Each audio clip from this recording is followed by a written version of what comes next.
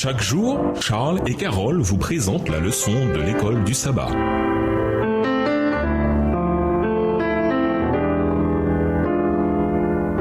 Bienvenue à votre émission. Dieu nous parle. Nous voilà à la leçon de mardi, devant le Sanhédrin. Nous vous invitons à lire Actes 7 et versets 1 à 53. Que disait Étienne à ses accusateurs?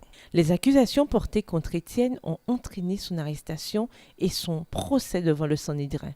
D'après la tradition juive, la loi et les services du temple étaient deux des trois piliers sur lesquels le monde repose, le dernier étant les bonnes œuvres. Le simple fait d'insinuer que les cérémonies mosaïques étaient dépassées était véritablement considéré comme une attaque contre l'élément le plus sacré dans le judaïsme, d'où l'accusation de blasphème, acte 6, verset 11. La réaction d'Étienne constitue le discours le plus long d'Actes, ce qui indique en soi son importance.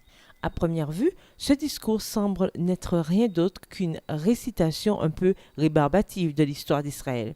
Cependant, nous devrions comprendre ce discours en lien avec l'alliance vétérotestamentaire et la manière dont les prophètes utilisaient sa structure quand ils devenaient des réformateurs spirituels appelant Israël à revenir à ses conditions.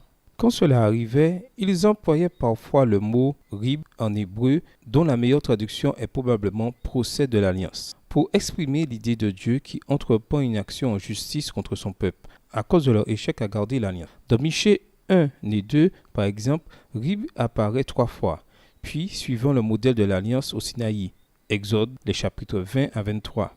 Michée rappelle au peuple les actions puissantes que Dieu a accomplies en leur faveur. Michée 6, versets 3 à 5. Les modalités et violations de l'alliance. Michée 6, versets 6 à 12. Et enfin, les malédictions associées aux violations. Michée 6, versets 13 à 16. Le discours d'Étienne se place probablement dans ce contexte. Quand on lui demande d'expliquer ses actes, il ne fait aucun effort pour réfuter les accusations ni défendre sa foi. À la place, il élève la voix, comme les prophètes d'autrefois quand ils intentaient le rib de Dieu contre Israël. Son long examen de la relation passée entre Dieu et Israël était censé illustrer leur ingratitude et leur désobéissance. En effet, à partir d'Actes 7 et versets 51 à 53, Étienne n'est plus l'accusé, mais l'avocat prophétique de Dieu qui présente le procès de l'alliance de Dieu contre ses dirigeants. Si leur père était coupable d'avoir tué les prophètes, eux l'étaient d'autant plus. Le glissement de nos pères, acte 7, versets 11, 19, 38, 44 et 45, à vos pères, acte 7, verset 51, est important. Étienne se désolidarise de son peuple et prend position pour Jésus.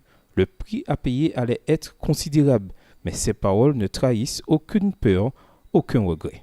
Quand pour la dernière fois vous a-t-il fallu prendre position pour Jésus de manière ferme et déterminée? L'avez-vous fait ou bien avez-vous tergiversé? Dans ce dernier cas, qu'est-ce qui doit changer? Et nous vous laissons cette question réflexion. Dieu désire vous utiliser pour que vous accomplissiez même des œuvres puissantes. Que doit-il se passer en vous que vous puissiez passer au prochain niveau avec lui? Au revoir. Et à demain si Dieu veut. Dieu nous parle.